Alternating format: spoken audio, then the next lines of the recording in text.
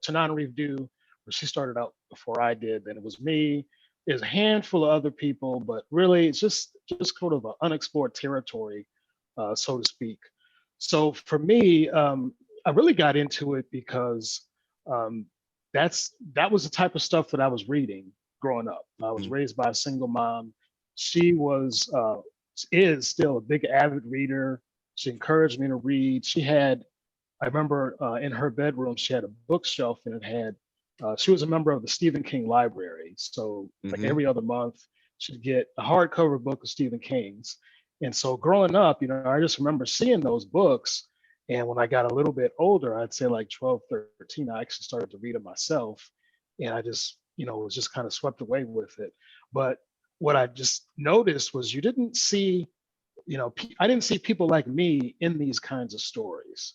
Right. And that was both in books, particularly in film. It used to be, you'd see a black person, you'd think, oh, okay, well, they're going to die, first 5 minutes, certainly before the end. Yeah, you know how that history that we have when it Right, comes to that right. genre. And that's, Jesus. yeah. And you're starting to see that change somewhat where you got directors like Jordan Peele and others who are putting out some work to show us in a different light. So that's been a really great development. But for me, I just really started working in this genre because it interested me. I wanted to write stories like this from my perspective. So Thunderland, I originally had self-published. We sold a couple thousand copies, self-publishing, and that's back in like the late '90s, Mm-hmm. where you would see a lot of authors back then were, it's not like now where there were no ebooks. Everything Yeah. was just paperback or hardcover. So you'd see people selling books out of the trunk of their car, selling at beauty salons, barbershops, wherever, Absolutely. family reunions, whatever. So it was really just you know true hustling of books. So that was how I started, and that I actually had connected with Zane, and I know we all know Zane. And Of she said, course. well, you know what? Do you have an agent? Because I think she would be interested in your work. And at that point, I had tried getting an agent for years and I just got nowhere with it. But Mm-hmm. she offered to connect me with her agent. So I'm like, okay, well, whatever, fine. I still got 2,000 books in the garage. I need to move. So whatever. Good Lord. Still focusing on that.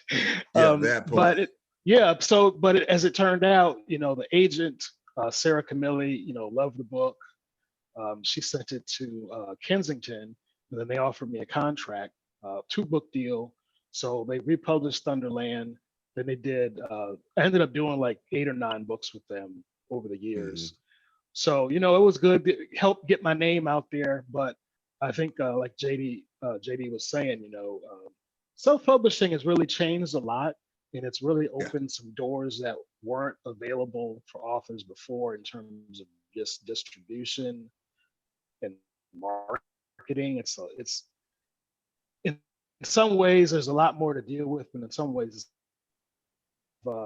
I've been back in the independent publishing. So the latest book I've independently published is The Quiet Ones. This Yeah, came we were out going to get earlier into this that, year. definitely. Yeah, yeah. So and it's the reception has been really positive. Most for the most part, all readers care about is, can they find the book?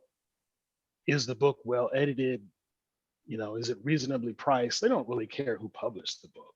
So, that's kind of been my journey. I'm just trying to stay busy, particularly now with the whole COVID situation.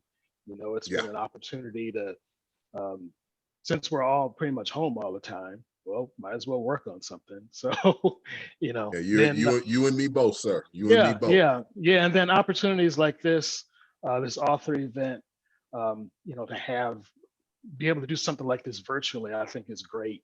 That even though we're kind of limited in how we're able to gather, we're still able to make it happen. So I Yeah, just want to absolutely. thank y'all for having me here, and I'm just really excited to be talking to y'all today.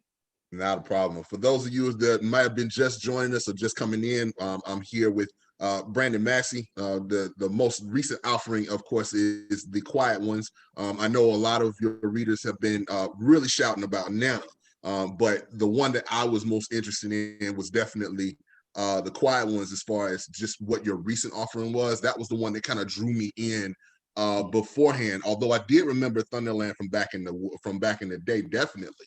But just circle back to where you were with what came up with the Quiet Ones, and then we can circle back to Nana as well. Yeah, so the Quiet Ones, this particular story really, the premise of it is you have these two sisters when they're children, they witness their mother being murdered by her ex-boyfriend, and Mhm. they have this really small family. It's really was just the three of them. So the daughters end up getting sent to foster homes, and they get separated.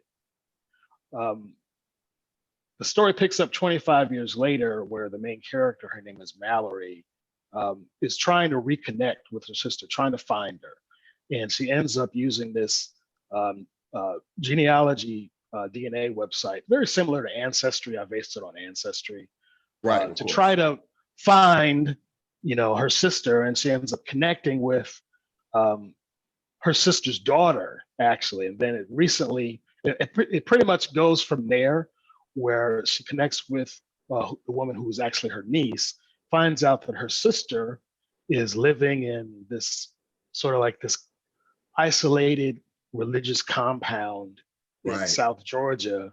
And of course, Mallory being, she's an investigative journalist, so she is absolutely determined to, find her sister, get to the bottom of what's going on, and then the story really just takes off from there.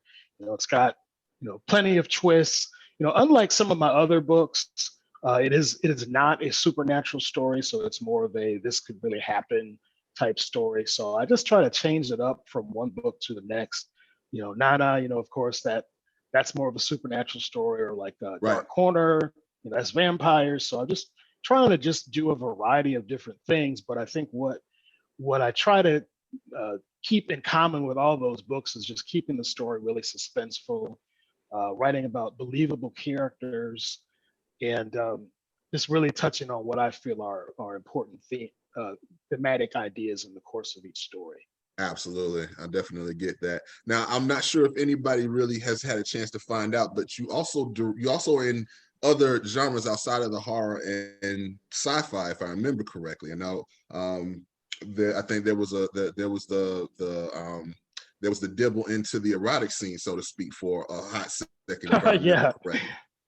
yeah. So that was in 2007, and erotica was really hot. Like Zane was like everybody reads Yep. Zane. I'd do book signings, and I distinctly remember being at a Walden Books. That's they're not even in business Yeah, anymore. that's back there. Sitting at a Walden Books, and these two sisters came in, and they're like, they didn't even see me sitting there. They're like, I'm looking for Zane's book. They asked me, like, I worked at the bookstore. Like, where's Zane's book? Yeah, that's usually how it goes. I know that all too well. Yeah. Yeah. So I just decided, you know what? I'm going to try to write one of these stories myself, and maybe I can get a piece of some of this action that she's getting. And Absolutely. so the book, I did, yeah, so I published it with Kensington under a pen name, was actually just my middle name, Rashi. Book's called The Last Affair. It came out, it did okay. I think it was just more like an experiment. I republished it like 3 years ago under my name, so Mhm. it's available on Amazon if anyone's interested. But normally when people pick it up and they're like, "Well, that's not the kind of thing you normally do." So Yeah, that part. yeah, my mom hasn't even read it. She's like, I don't want to read that, Yeah, I get it, but it and was that's fun. perfectly understandable. I think there was a quick question off of one of the readers that came in. I think Scylla was asking, how did you enjoy working with Tananarive Due and Stephen Barnes? Oh yeah, they're great. I've worked with them several times. They're total true professionals. Um, they just set the bar, both of them, in terms of professionalism in their craft. So it was a great learning experience for me to work with them. And I know they're really more focusing on Hollywood now. With Oh scripts. I yeah. know they recently had one of their episodes of the Twilight Zone was produced, and actually I think it was aired a couple months ago. Yeah, if I remember correctly, yeah. Yeah, so they've definitely trailblazers, both of them. So it was a great experience. I got to work with them. I worked with Zane on one of my collections. Eric Jerome Dickey, he had a story in one of my books. The late L.A. Banks, she's done some really great Yeah, I work. remember. Yeah, so it was just a good opportunity with those Dark Dreams anthologies to not only work with really established authors, but also give new authors an opportunity to get published. Yeah, So agreed. we published probably 30, 40 authors who no one had really known who they were at the time, but then they saw their stories in this book and they're like, wow, I got to find out more about this person. Yeah. So it was just it was just great. I haven't been able to do one of those again, but at the time, it was just a great opportunity. So I'm glad I was able to have that. Okay. I think Elena has a question for you, sir. Are you thinking of doing? First of all, let me say this. I think there is probably on this hand and probably two fingers on this hand of people I am just totally afraid to piss off. Stephen King. Yeah, he might be that dude. King, Clive Barker, Sanana Reeve Dew, Stephen Barnes, Brandon Massey. 2 tribe members are up there, Stephanie Freeman and Karen Bradley. Y'all are people I would not want to piss off in my nightmare, because it won't just kill me. It's the way you guys dismantle people and just, you don't read your stuff at night, right? Because you revisit. But my question to you is, are you thinking of doing another one of those anthologies to introduce new voices? I think I've certainly floated the idea. I just haven't moved forward with it yet. But it's definitely on the table. I've had so many people ask me over the years, do you want to do another one of these? Or are you going to do one? Because I have a story I want to send you. So, I've thought about it. I just haven't moved forward with that yet. But I think it's definitely, especially now, there's actually growing interest in the genre. It feels like it's more a little more mainstream than it was 15 or so years ago. Particularly, like I mentioned, Jordan Peele, with Get Out, which was just a game changer. Where people were like, "Wow, you can make a horror movie with a Black lead character, and it's not only a good movie, but it's commercially successful." Agreed. And that just really opened people's eyes. So I'd say it's definitely on the table as something that a future project. Yes. Well, I'm going to make sure to put the bid in. I can't write in that genre because I don't think I could do it justice. But there are 3 tribe members I'd like to lay at your feet. Just okay. I'm just putting that hint out there. Yeah, absolutely. 3 tribe members, I think, could walk into that opportunity and do it. I'm just saying. Okay. Great. Cool. Absolutely. Well, sir, if you let the folks know where they can find you, I know you've got the website and all of that, so you can roll and let them know how to get in touch with you, how to see about you, your latest book, as well as the rest of your catalog. I would say BrandonMassey.com first, and then Facebook. Those are the 2 main places where I hang out. Probably Facebook actually first. It's just, everybody's on Facebook. It's just easier to connect, I think, on Facebook. So definitely hit me up there. Sure. Agreed. Well, sir, as always, it is a pleasure. I know you're down here in Atlanta as well. That is where I reside. So all right, cool. Definitely we'll have to try and find a way to hook up soon. So once this is all calmed down, let's put it that way. Yeah, no kidding. Wait a minute, let me get a question in about that background. Is that a treadmill over to the right? That is that's a rowing machine. Yeah. That's right over there. That's a rowing machine. And on the other side here is a microphone. I've been trying to learn dictation. So I've been kind of playing with that, but yeah. So you can do your own story, do the audio for your own stories? Right, exactly. Yep. Nice. Yep. So he gets a workout in and he gets some yeah. Oh, it's a one-stop shop. Multi-purpose room. That is crazy. So cool. That is so cool. Well, thank you, sir. It has been a pleasure. Thank you very much. I appreciate y'all. And I can put you in the backyard. You can feel free to stay on to listen to people. I can put you in the audience. So Okay. some of the other people. Yeah, I will. Thanks again. Okay, thank you. Okay, Good bye-bye. deal. Bye. Okay, Shakir. Yes, I'm ma'am. going to post up this new one for you.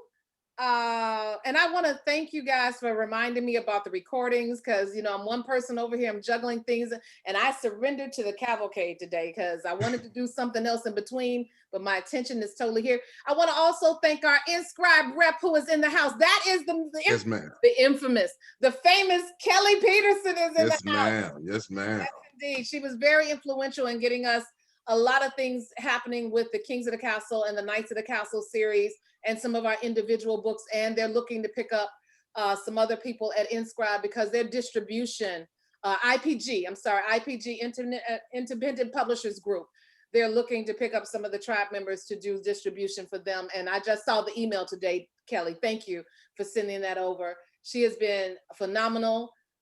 She supports the cavalcade, she supports the tribe, and I'm so happy. And I clicked accidentally for her to show her video because I was just going to have her to hang in the background because she's going to do the chat with Sylvia Day. So in that, let me get back to my brother independent. There's only two men in the tribe. We have 32 tribe members, only two men. That's J.L. Woodson and Shakir. So he's been hanging with the women. He's been keeping us solid. If we got to go to him with any questions about, well, would a man actually say that? Nah, sweetie, you got your other end on that one. We got to put some stuff here. Let me help you out. So he's been very, very influential in our writings and making sure we stay balanced in everything and bringing his wisdom. He's one of the tribe leaders along with Marze Scott. So let me show this screen of his latest book. Here we go. Yeah, the repurpose on that thing. Good grief. That is beast mode. And you know what was interesting? You and I said the same thing about it at the same time. We both said, this is boss. And I took a screenshot to show Jeremy. Yeah. We both said the same thing. So yeah, when I say that man is genius at times, I swear he's genius at times.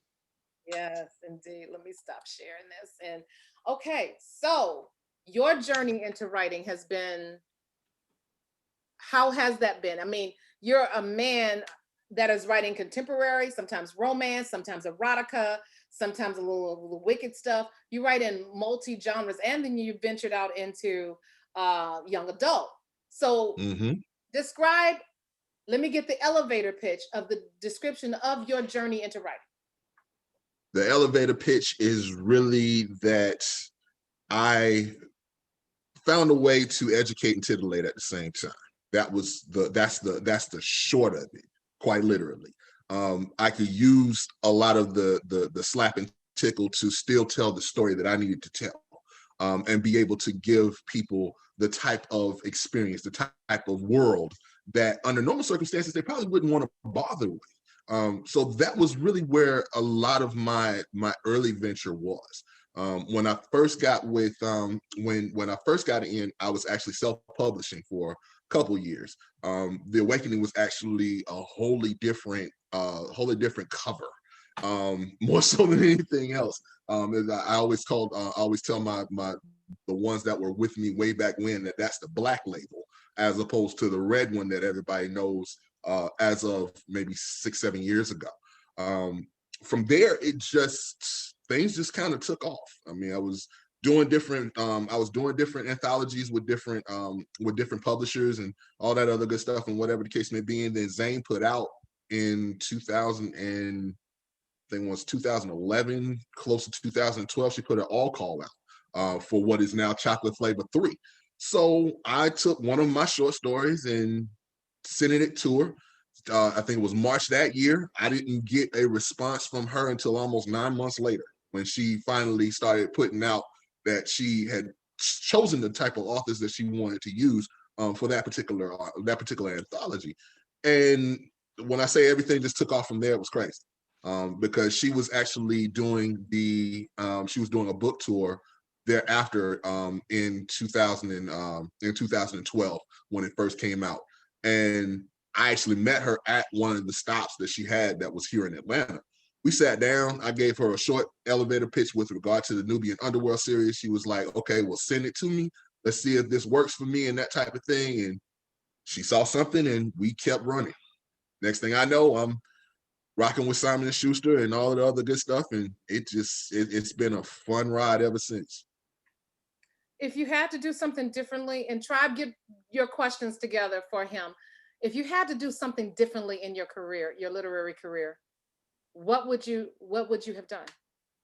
I probably would have I probably would have learned the business side a little bit more intimately than what I did mid-career. I think that's probably the one thing I would have done differently, is that I would have learned the business side of it quick. That way I would have been able to understand the marketing side was as important as the actual writing, was as important as the actual editing, was as important as, instead of just saying, okay, well, I'll put it out there and then we'll kind of nickel and dime it when it comes to the marketing. I didn't realize how important it was until it was too late. And by then I'm literally just trying to kind of make it up as I go along. And now I understand how everything balances out. So that's probably the only thing I would change. As far as the type of catalog I have, I'm proud of every last one of them. That's awesome. Okay, any Tribe members want to throw a question at our brother in the pen? Yeah. Hey, Shakir. So my question for you is, if you could be one of your characters for a day, which one would you be and why? Oh, this should be good. Ooh, mercy, goodness. The Vice President of the United States. Why? That would be Terrell Warren all day long. That man has a command of not only people, but resources with regard to everything that he did when it came to everything that happened inside of In Service to the Senate. I mean, you're looking at literally the DOD. You're looking at black hat operatives that he could utilize if he needed to, and then on top of that, his upbringing gave him street cred, because in part of In Service to the Senator, there was a part where he was literally trying to have someone try to find his wife who had been kidnapped, but he was trying to use people who really operate under the radar. And in this particular instance, it was the gang-related folk that he grew up with when he was in California. So the fact that it was a gang member who literally found the person who was able to lead them to his wife was a whole other twist that no one saw coming. So yeah, that would be him in a day, all day long. Cool. Any other questions from Tribe members? So what comes first, Shakir, the title for you or the premise? How tell us a little bit about your process. The story comes first. I don't really find a title for it until the story hits. The story itself is just crazy sometimes, because I've always made the joke that I have a whole office and waiting area in my head, and different characters are sitting in the waiting room while there's one in my office, and we're literally having a conversation. Depending on the day, one of them may barge into the office and go, you know what? He can wait. I got something for you right here. So I've had to balance that out in a lot of instances where I'll see what the story is first, see what that looks like, and then if I can find the title that can go along with it, then yeah, fine, no problem. But if I can't, I'll just go ahead and get the story out of the way first, and then I'll figure out the title later. Gotcha. There's some questions in the chat. Kelly Peterson said, Shakir, how are you feeling about Lisa Lucas joining SNS? Have you talked to her yet? I'm a big fan of hers from National Book Awards. Honestly, I have not had a chance. As far as joining SNS, they've never treated me wrong. I'll put it that way. I mean, they've been very very hands-on in a lot of instances from the start that I had with them way back when. So the fact that I had a 7-year relationship with them before, all of my book obligations were handled contractually anyway. But as far as being able to go back and go, hey, I need some help with this, or hey, this is what's going on with this. I think it was 1 year in particular where I had a whole pirating issue that needed to be resolved. And they were Johnny on the spot, quite literally. It's like as soon as I sent it to them, they were like, "Oh, well, we're already on it, so don't worry about that. It's already gone." And to be able to have that kind of a relationship with them, I've never complained, not one time, in that regard. You have another question from Deanna. She says, can you tell us about your new projects and your venture into YA? What pivots have you made to write in a different genre? Young adult is a whole other aspect that Shakir can never get inside of. I can tell you that in a heartbeat. So I had to create a whole different persona. I had to create a whole different language for all intents and purposes to be able to create the type of world that was separate from what Shakir has to create. So it's a lot that's involved in that, and I'm still kind of learning. I'm still kind of learning sometimes because I'm stuck in my head at Shakir so much that I have to remind myself that, hey, we got something going on in December that you need to worry about. But to answer your question with regard to some of the new projects that are coming, the one that's most immediate is the debut of my young adult series, Southampton. That one is coming. The first one is coming out in December 8th is the actual release date. So I'm very excited about that one because it's a whole new genre. It's a whole different set of readers and such, and looking forward to it. Okay, Shakir, so this is where we end up with this. You have a question, Anita? Yes, I was going to ask him about you incorporate a lot of different countries into your writing. If you could explain that process, but go ahead. You got 1 minute to wrap that up, Shakir, before I got 1 minute to wrap that up. Okay. Google is my friend when it comes to incorporating different countries. I love the fact that the Google Maps that I was able to use gives me a whole different perspective on how to go through different different cities and different countries and be able to see just from the rendition, and it actually puts me right there. So it gives me a whole lot to mess with regard to just creating those worlds, even though I haven't stepped foot in them not one time in my life. Good to know. Where can we find you? Everything is literally at home. ShakirRashaan.com. Also, PKRashaan.com is my other pen name in the young adult world. So I'll put those links in after we're done. Awesome. Thank you so much. And we've got the next person that is on. Give me one quick second.